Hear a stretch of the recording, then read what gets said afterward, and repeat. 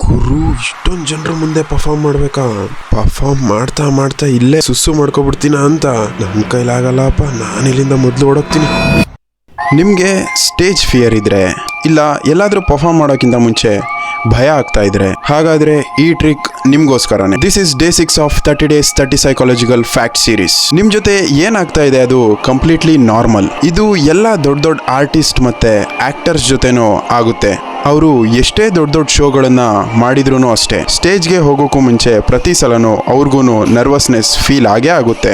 ಈ ರೀತಿ ಯಾಕಾಗುತ್ತೆ ಅಂದ್ರೆ ನಮ್ಮ ತಲೆಯಲ್ಲಿ ರಿಸಲ್ಟ್ ನ ಹೆದರಿಕೆ ಇರುತ್ತೆ, ಫೇಲ್ ಆಗ್ತೀನಿ ಅಂತ ಭಯ ಇರುತ್ತೆ. ಯಾಕಂದ್ರೆ ಎದುರುಗಡೆ ಇರೋ ಜನರು ನಮ್ಮನ್ನ ಜಡ್ಜ್ ತರ ಗುರಾಯಿಸ್ತಾ ಇರ್ತಾರೆ. ಇದರಿಂದ ನಮ್ಗೆ ಕ್ರಿಟಿಸಿಸಮ್ ನ, ಜಡ್ಜ್ಮೆಂಟ್ ನ ಭಯ ಇರುತ್ತೆ. ಮತ್ತೆ ಎದುರುಗಡೆ ಇರೋರ ಎಕ್ಸ್ಪೆಕ್ಟೇಷನ್ಸ್ ನ ಮ್ಯಾಚ್ ಮಾಡೋಕೆ ಆಗಲ್ಲ ಅನ್ನೋ ಭಯ ಇರುತ್ತೆ. ಆಗ ನೀವು ಏನ್ ಮಾಡಬೇಕು ಅಂತ ಅಂದ್ರೆ, ಡಿಸ್ಕ್ಲೇಮರ್ ತರ ಆಡಿಯನ್ಸ್ಗೆ ಮೊದಲೇನೆ ಹೇಳ್ಬಿಡಿ, ನಾನೊಬ್ಬ ಬಿಗಿನರ್ ಅಂಡ್ ಇವತ್ತು ನರ್ವಸ್ ಕೂಡ ಫೀಲ್ ಆಗ್ತಾ ಇದ್ದೀನಿ ಅಂತ.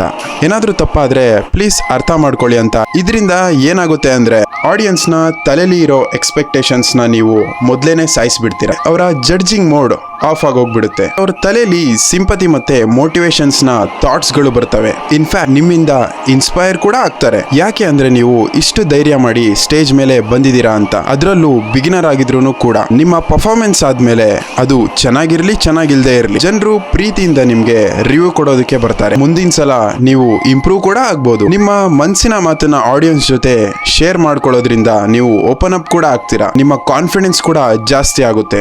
ಹಾಗಾದ್ರೆ ಈ ವಿಡಿಯೋನ ನಿಮ್ಮ ಕಲಾಕಾರ ಫ್ರೆಂಡ್ಸ್ ಜೊತೆ ಶೇರ್ ಮಾಡಿ. ನಿಮಗೆ ಸೈಕಾಲಜಿಯಲ್ಲಿ ಇಂಟ್ರೆಸ್ಟ್ ಇದ್ರೆ ಮತ್ತೆ ನಿಮ್ಮ ಪರ್ಸನಾಲಿಟಿನ ಡೆವಲಪ್ ಮಾಡಬೇಕು ಅಂತ ಅಂದ್ರೆ ಫಾಲೋ ಮಾಡೋದನ್ನ ಮರಿಬೇಡಿ.